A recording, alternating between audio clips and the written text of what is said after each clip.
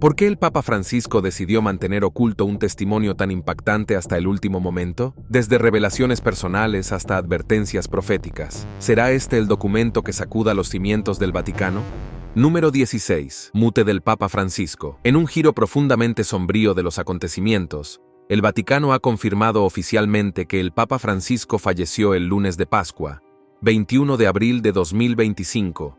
Una noticia que ha causado gran conmoción en el mundo católico y más allá. En febrero de 2025, el pontífice de 88 años fue ingresado en el Hospital Gemelli de Roma. Como ocurre con cualquier figura de alto perfil, especialmente con una tan influyente como el Papa, su hospitalización despertó inmediatamente interés y preocupación. Pero no se trataba de un simple susto de salud. El Papa sufría lo que más tarde se describiría como una situación clínica compleja, una infección respiratoria que derivaría en una neumonía bilateral. El Papa solo pudo hacer una breve aparición pública el Jueves Santo, visitando una prisión en Roma. Este sería su único encuentro público fuera del Vaticano desde su hospitalización. Durante esta visita, obtuvimos imágenes poco comunes del Papa hablando sobre su estado. Al terminar, les dio su bendición. Al salir, el Papa pidió al coche que se detuviera para saludar a la prensa. La prisión que visitó el Papa Francisco no está exenta de serias tensiones. El Vaticano, inicialmente hermético, como era tradición, se encontró en la extraordinaria situación de tener que abordar una creciente ola de especulaciones, muchas de las cuales se desarrollaban en los espacios no regulados de plataformas de redes sociales como Telegram y WhatsApp. Número 15. Los chismes comenzaron a extenderse. ¿Estaba realmente vivo el Papa? ¿Había fallecido ya? Con el Vaticano ocultando su muté por razones desconocidas, estos rumores se convirtieron rápidamente en un reguero de pólvora digital al llegar marzo de 2025, propagándose a través de aplicaciones de mensajería cifrada y encontrando terreno fértil tanto entre escépticos como entre aquellos propensos a las teorías de la conspiración. Lo que hizo estos rumores particularmente convincentes fue el conocido historial de problemas de salud del Papa, en particular la extirpación parcial de un pulmón a la que se sometió en su juventud mientras aún estaba en Argentina. Este historial médico siempre había hecho que su sistema respiratorio fuera particularmente vulnerable. Y ahora, en el invierno de 2025, parecía que esa vulnerabilidad se estaba poniendo a prueba. Pero la historia da un giro aún más extraño con la aparición de ciertos individuos que se meten en la narrativa. Quizás el más notable sea un personaje que se autoproclamó el octavo rey de Roma, un influencer autodenominado de baja reputación llamado Simón Basil. Este hombre afirmó haber realizado una investigación personal, acudiendo al hospital, solo para declarar que el Papa no estaba allí, lo que alimentó las especulaciones sobre un posible encubrimiento. Consideremos por un momento qué sugerían estos rumores: que el Vaticano, con sus siglos de experiencia institucional, había orquestado un elaborado engaño para ocultar la muté del Papa. Pero, ¿con qué fin? Número 14. Las teorías eran tan variadas como fantásticas, desde ganar tiempo para maniobras políticas dentro de la curia romana, hasta evitar el pánico global entre los 1.300 millones de católicos del mundo. La especulación alcanzó tal intensidad que incluso el cardenal Gianfranco Ravasi, destacado intelectual de la Iglesia y expresidente del Consejo Pontificio para la Cultura, se sintió obligado a abordarlas, aunque reconociendo su absurdidad. Dicen que nosotros, la curia romana, mantenemos a Francisco congelado para poder llevar a cabo nuestras intrigas. Esta declaración, llena de ironía, no puso de relieve una confesión, sino la naturaleza descabellada de las afirmaciones que circulaban en línea. Para echar más leña al fuego, surgieron informes sobre presuntos fallos en la seguridad del hospital, rumores que uno de los guardias del Vaticano supuestamente había revelado. Estas afirmaciones sugerían que la estricta seguridad habitual en torno a una hospitalización papal se había visto comprometida, lo que llevó a algunos a preguntarse si esto indicaba que algo andaba mal. Lo que hace que esta historia sea particularmente convincente no son solo los rumores en sí, sino las respuestas sin precedentes del Vaticano a ellos. Ante una crisis de credibilidad, la Santa Sede rompió con siglos de tradición. En lugar de mantener su habitual reserva respecto a los asuntos de salud papal, optó por una estrategia de transparencia radical. Comenzaron a salir boletines diarios de la oficina de prensa del Vaticano, con actualizaciones detalladas sobre el estado del Papa Francisco. No se trataba de declaraciones diplomáticas formales, sino de informes médicos sorprendentemente detallados, que incluían detalles gráficos que administraciones vaticanas anteriores habrían considerado indigno compartir, como que el Papa inhaló su propio vómito durante su enfermedad. Número 13. La estrategia de comunicación del Vaticano. Se aceleró el 10 de marzo de 2025, cuando publicaron no solo una actualización escrita, sino también evidencia visual y auditiva real, una foto y una grabación de la voz del Papa que indicaba que su estado había mejorado. Esta medida extraordinaria subrayó la seriedad con la que el Vaticano se tomaba los rumores, dedicando importantes recursos a combatir lo que consideraban una peligrosa desinformación a medida que avanzaba el mes. Vatican News informó el 15 de marzo que el estado del Papa se había estabilizado gracias a mejoras graduales, gracias a las terapias, e incluso señaló que la menor frecuencia de los boletines debía interpretarse como una señal positiva. Por un breve instante, pareció que la crisis, tanto médica como informativa, estaba remitiendo. De hecho, para el 22 de marzo de 2025, múltiples fuentes, incluyendo The New York Times y NPR, informaron que el Papa Francisco había sido dado de alta del hospital, con 2 meses de reposo prescritos por los médicos. El Papa incluso hizo varias apariciones públicas, saludando a los peregrinos y aparentemente desmintiendo las afirmaciones más extendidas sobre su fallecimiento. La estrategia de transparencia del Vaticano había funcionado, demostrando que el Papa estaba vivo, aunque aún se recuperaba. Pero lamentablemente, la historia no termina ahí. En un giro que solo podría describirse como dramáticamente irónico, hoy, 21 de abril de 2025, el Papa Francisco falleció en su residencia, la Domus Sancti Mae. El anuncio provino del cardenal Kevin Farrell en Vatican Media y fue rápidamente recogido por agencias de noticias internacionales como Reuters. Este giro de los acontecimientos crea una narrativa compleja. Los rumores de marzo eran falsos cuando circularon. El Papa estaba vivo en ese momento, como el Vaticano insistió correctamente. Sin embargo, su mute hoy, tan pronto después de esos rumores, crea un eco inquietante que sin duda será aprovechado por esos mismos teóricos de la conspiración como una justificación. Se equivocaron sobre el momento, pero de una manera extraña, presagiaron la realidad que se desplegaría solo unas semanas después. Número 12. La cronología es crucial aquí. El Papa fue hospitalizado en febrero. Los rumores de su muerte circularon en marzo. Recibió el alta el 20 de marzo y falleció el 21 de abril. Esta secuencia plantea interrogantes sobre la evolución de su salud durante esas últimas semanas en el Vaticano. ¿Hubo una recaída? ¿Podría el momento de su muerte formar parte de un cambio de poder mayor dentro de la Iglesia? ¿Fue simplemente la culminación de los problemas de salud que habían afectado al pontífice de 88 años durante años? ¿La muerte del Papa fue realmente por neumonía? ¿O es solo la versión oficial? Los últimos días de Francisco, la mañana del 21 de abril de 2025. El lunes de Pascua en el calendario católico comenzó como cualquier otro en el Vaticano, con los ajetreos de la rutina diaria dentro de los muros sagrados del Estado soberano más pequeño del mundo. Pero para el año 739, todo había cambiado. El Papa Francisco, el 166º pontífice de la Iglesia Católica Romana, fue declarado muerto en su residencia, la Domus Sanctae Martae, poniendo fin a un papado extraordinario que comenzó con su elección el 13 de marzo de 2013. El anuncio lo hizo el cardenal Kevin Farrell a través de Vatican Media y fue rápidamente confirmado por agencias de noticias internacionales como Reuters. El pontífice de 88 años había sucumbido a lo que se describió como complicaciones de su infección respiratoria previa, poniendo fin a un proceso de salud que había atraído la atención mundial desde su hospitalización en febrero. Número 11. El momento de la muerte del Papa Francisco. Crea una narrativa particularmente compleja si se considera en el contexto de los rumores de marzo.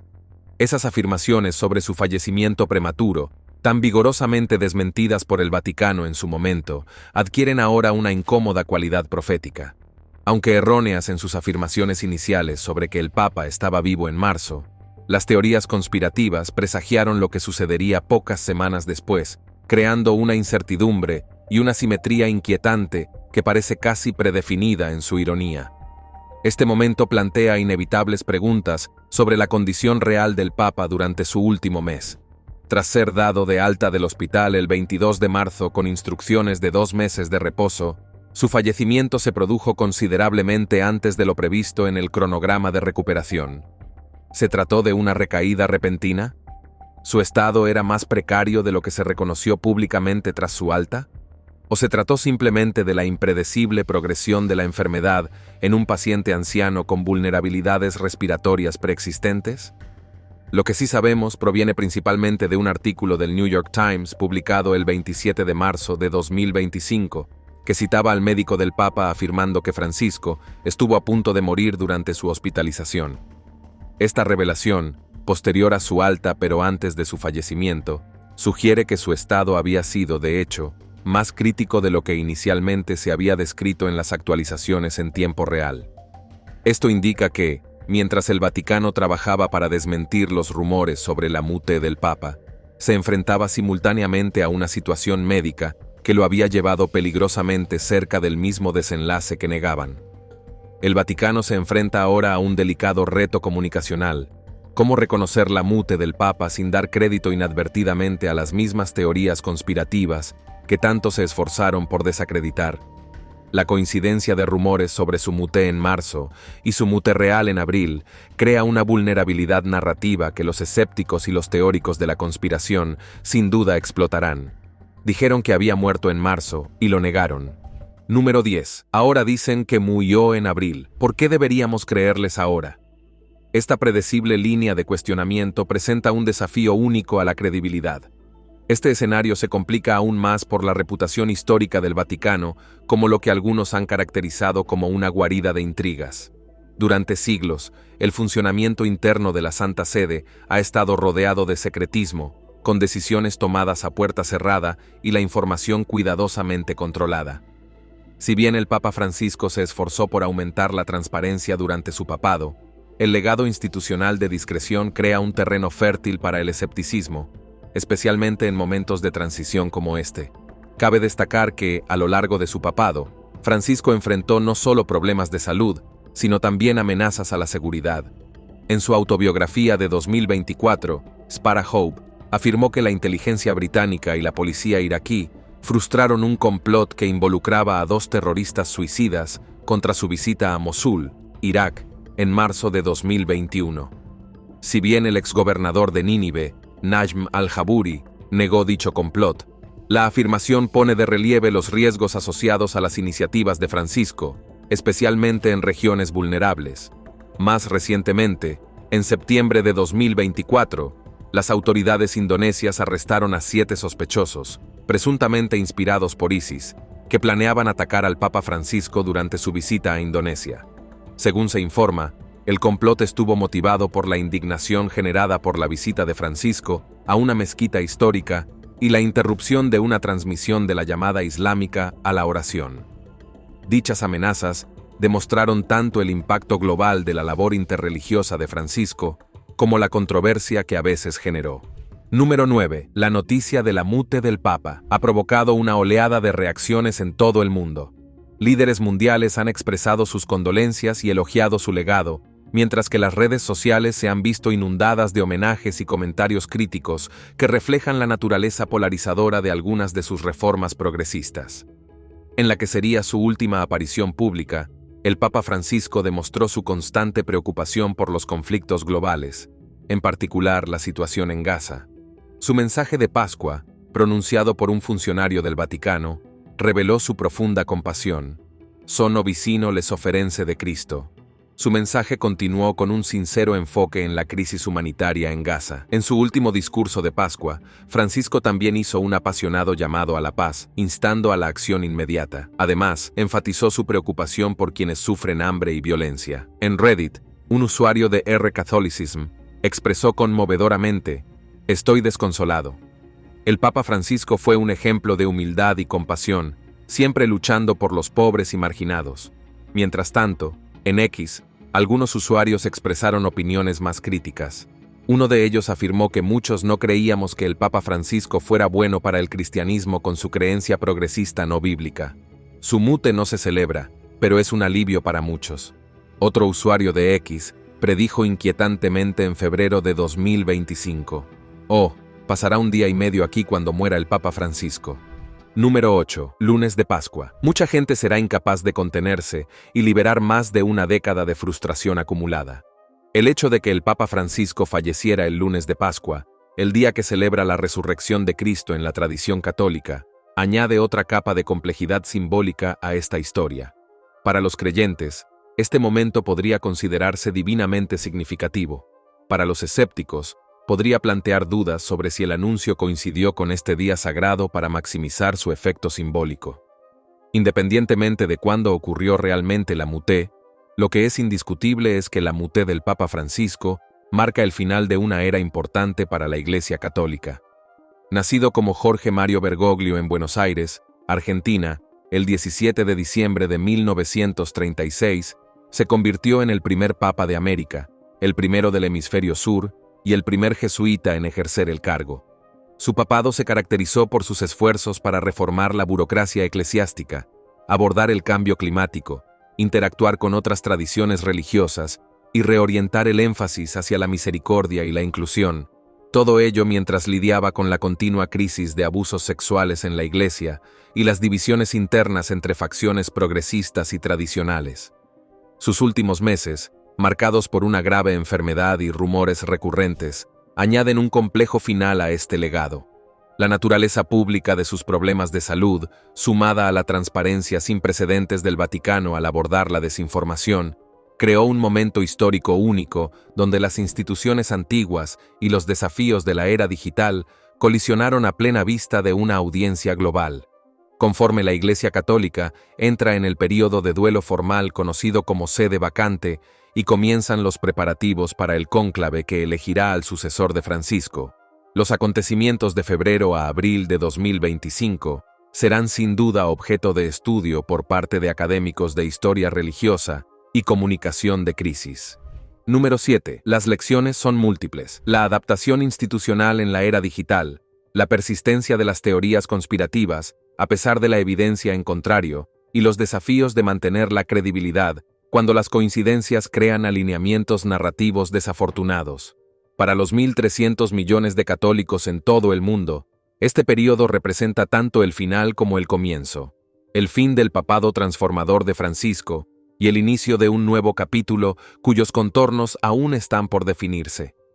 Para los observadores del Vaticano y los analistas de medios, constituye un caso práctico de cómo incluso las instituciones más antiguas y poderosas deben adaptar continuamente sus estrategias de comunicación a las realidades de los ecosistemas de información modernos. Cuando el cardenal Farrell anunció el fallecimiento del Papa esta mañana, la declaración fue simple y directa, sin las complicaciones de la narrativa anterior. El Papa Francisco falleció pacíficamente en su residencia. Sin embargo, para quienes siguieron toda la saga, desde la hospitalización de febrero, pasando por los rumores de marzo, hasta la realidad de abril, este simple hecho llega envuelto en un contexto complejo de especulación, negación, verificación y confirmación final. En este sentido, el último capítulo del Papa Francisco nos enseña algo profundo sobre la verdad, el tiempo y la percepción en el mundo moderno. Acertar en lo que finalmente sucede no valida las falsas afirmaciones previas. Sin embargo, la proximidad de la falsedad y la verdad en esta cronología crea una ambigüedad inquietante que desafía cualquier categorización simple. Mientras la Iglesia Católica se prepara para elegir un nuevo líder, lo hace en un mundo donde la autoridad institucional y la confianza pública se relacionan cada vez más, una lección final apropiada de un pontífice que siempre buscó navegar entre la tradición y el cambio necesario. Es muy importante señalar que el papado de Francisco fue particularmente polémico en Estados Unidos, donde sus críticas al capitalismo y su énfasis en el cambio climático y la migración a menudo lo enfrentaron con los católicos conservadores. Recientemente, se enfrentó al vicepresidente estadounidense J.D. Número 6. Avance sobre las políticas migratorias. Francisco criticó los planes de deportación masiva de la administración Trump, mientras que Vance los defendió utilizando conceptos católicos como el ordo amoris, lo que provocó una reprimenda papal. Su reunión de Pascua de 2025 fue, según se informa, diplomática pero breve, lo que sugiere una reconciliación limitada en estos temas. Algunos críticos, incluido el arzobispo Carlo María Vigano, llegaron incluso a acusar a Francisco de gestionar mal los abusos del clero y de promover agendas liberales, alineándose con las narrativas de extrema derecha.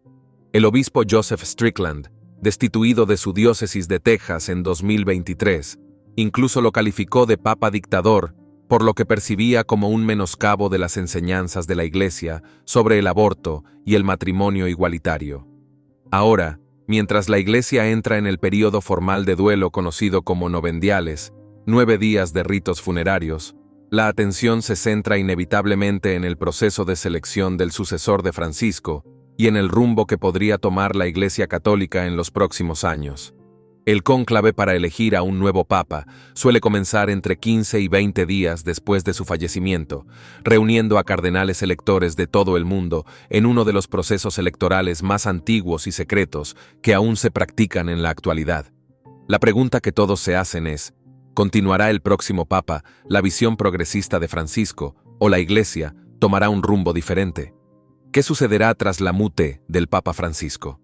El Papa suele estar rodeado de sus colaboradores más cercanos, y cuando su corazón deja de latir, el primer hombre llamado para confirmarlo es el camarlengo, el chambelán del Vaticano y líder temporal durante esta fase intermedia. Actualmente, es el cardenal Kevin Farrell. El ritual tiene siglos de antigüedad, y aunque algunas partes se han modernizado, la tradición sigue estando muy arraigada. En el pasado, el camarlengo pronunciaba el nombre de pila del Papa 3 veces, golpeando suavemente su frente con un martillo de plata para confirmarlo. Número 5. No hay respuesta. Hoy en día, no hay martillo, pero la invocación simbólica del nombre permanece. Ante el silencio, el Papa es declarado oficialmente muerto. La siguiente tarea: retirar y destruir el anillo personal del Papa, el anillo del pescador. Este anillo, único para cada Papa, selló documentos oficiales.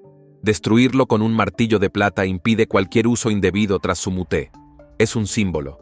El hombre que una vez ostentó la autoridad de la Iglesia ha fallecido y su era está sellada. Inmediatamente, el Vaticano comienza su luto. Las campanas de San Pedro repican por Roma.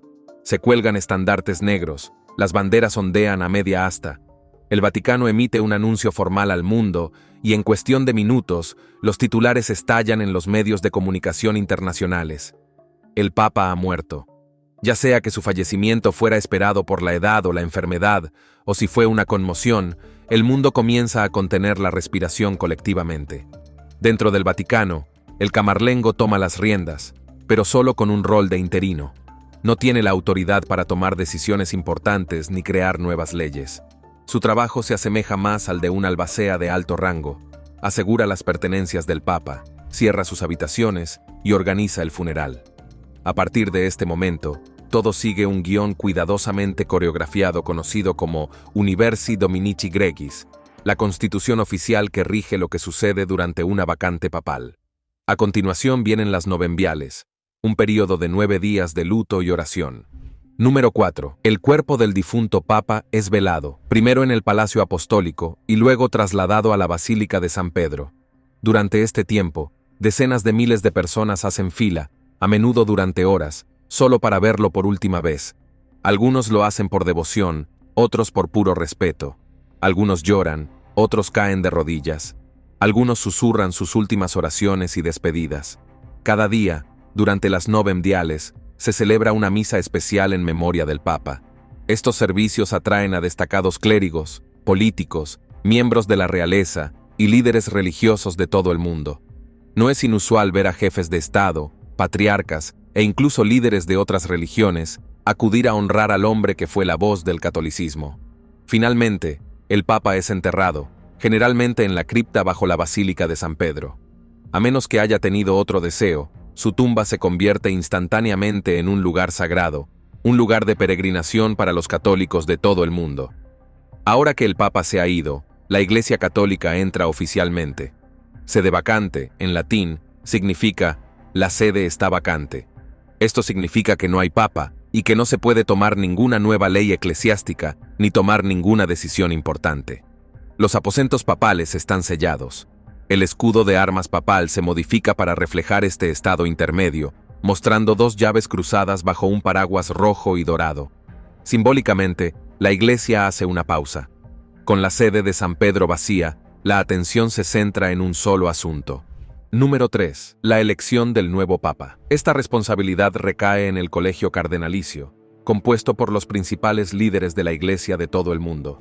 Solo los cardenales menores de 80 años pueden votar, que suele estar compuesto por unos 120 hombres. Se reúnen en Roma entre 15 y 20 días después de la mutée del Papa, lo que les da tiempo para viajar, realizar los ritos funerarios y celebrar las primeras reuniones, conocidas como congregaciones generales. Estas primeras reuniones son cruciales. Los cardenales discuten el estado de la Iglesia, escándalos, pérdidas de crecimiento, tensiones ideológicas. La Iglesia tiene grandes problemas que afrontar, escándalos de abusos, disminución de la feligresía en Occidente, auge en África y Asia, debates sobre la inclusión LGBTQ, el rol de la mujer, el celibato y la modernización. Todos tienen opiniones y todos susurran sobre posibles sucesores. Luego viene la parte más secreta y dramática, el cónclave, celebrado en la Capilla Sixtina. El cónclave está completamente cerrado. Los cardenales están aislados del mundo exterior, sin teléfonos, sin internet, sin contacto. Están rodeados de seguridad, guardias del Vaticano y un nivel de privacidad que lo hace parecer casi medieval. Antes de comenzar la votación, todos hacen un juramento de secreto. Romper ese juramento conlleva la excomunión inmediata. Comienza la votación. Cada cardenal escribe un nombre, dobla el papel y lo deposita en un cáliz dorado. Después de cada ronda, se cuentan las papeletas y se queman. Si ningún candidato alcanza la mayoría de 2/3 necesaria para ser elegido, el humo de la chimenea en lo alto de la capilla es negro, lo que indica al mundo que aún no hay nuevo papa. Esto puede durar días, a veces incluso más de una semana. Pero cuando finalmente se alza la humareda blanca, se produce un momento de asombro mundial. La gente inunda la plaza de San Pedro. Las campanas repican por toda la ciudad.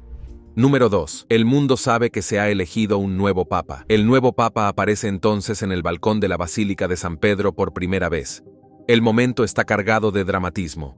Un cardenal da un paso al frente y declara: Habemus papam. Tenemos un papa. El nuevo líder imparte entonces su primera bendición al mundo.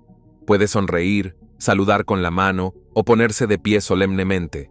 Algunos han llorado, otros han hecho bromas. Todos, en ese momento, sienten el peso de los siglos sobre sus hombros.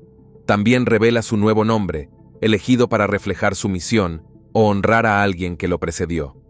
Cuando el cardenal Bergoglio se convirtió en el Papa Francisco, fue un guiño a San Francisco de Asís, una clara señal de su compromiso con la sencillez y la humildad. Ese nombre marca la pauta del tipo de liderazgo que el nuevo Papa pretende ejercer. La reacción es global e inmediata. Las iglesias celebran servicios espontáneos. Las redes sociales estallan. Los presentadores de noticias se apresuran a ofrecer opiniones controvertidas. Y los católicos de todo el mundo empiezan a preguntarse: ¿qué tipo de papa será? ¿Reformista? ¿Tradicionalista? ¿Construyente de puentes? ¿Instigador? Sin embargo, a puerta cerrada, la situación se intensifica. El nuevo papa debe ahora liderar una institución de 2000 años de antigüedad, llena de belleza y bagaje. Hereda no solo un rebaño espiritual, sino una poderosa presencia global con vínculos diplomáticos con más de 180 países y autoridad moral en temas como el cambio climático, la guerra, la pobreza y los derechos humanos. Algunos papas guardan silencio, otros se convierten en voces globales. La mute de un papa también reabre viejos debates dentro de la Iglesia. Los conservadores pueden aspirar a un retorno a la doctrina estricta. Número 1. Los progresistas pueden aspirar a la modernización. Muchos católicos anhelan transparencia, rendición de cuentas y sanación. El vacío dejado por la mute de un papa saca a la superficie todas estas esperanzas y temores. Y aunque el Vaticano mantiene la tradición, este sigue siendo un momento muy humano. Los cardenales forman alianzas. El cabildeo, aunque discreto, se da. Diferentes partes del mundo, África, Asia, Latinoamérica, presionan por uno propio. Cada nuevo papa redefine el rostro, las prioridades y el tono de la Iglesia. Así, Mientras el mundo observa cómo se eleva el humo blanco y aplaude a un hombre sonriente con túnica blanca dentro del Vaticano, se desarrollan juegos de poder centenarios. El nuevo Papa celebra entonces su misa de investidura, una ceremonia imponente y grandiosa que atrae a líderes religiosos y políticos de todo el mundo. Para muchos, es la primera vez que ven cómo se comporta, cómo predica y qué tipo de liderazgo aporta al trono papal. Para los católicos comunes, es un nuevo comienzo. Ya sea que amaran o criticaran al Papa anterior, la Iglesia ahora tiene una nueva voz, un nuevo rostro y potencialmente una nueva dirección. Para algunos, esto trae esperanza. Para otros, genera preocupación. Sea como sea, la historia está en movimiento. En el escenario mundial, la mute del Papa y la elección de su sucesor pueden tener importantes repercusiones. Los países de mayoría católica pueden declarar días de luto. Los líderes políticos envían condolencias, asisten a los funerales y comienzan a evaluar cómo el nuevo Papa puede influir en todo, desde la diplomacia hasta la opinión pública. La postura del Vaticano sobre temas como el aborto, el matrimonio igualitario, la desigualdad económica y la guerra, a menudo influye en debates en todos los continentes. Finalmente, las cosas se calman. El nuevo Papa se pone manos a la obra, realiza nuevos nombramientos, expone su visión, viaja, habla, y con el tiempo, su papado se convierte en otro capítulo en la historia de 2000 años de la Iglesia. Nos vemos en el próximo video.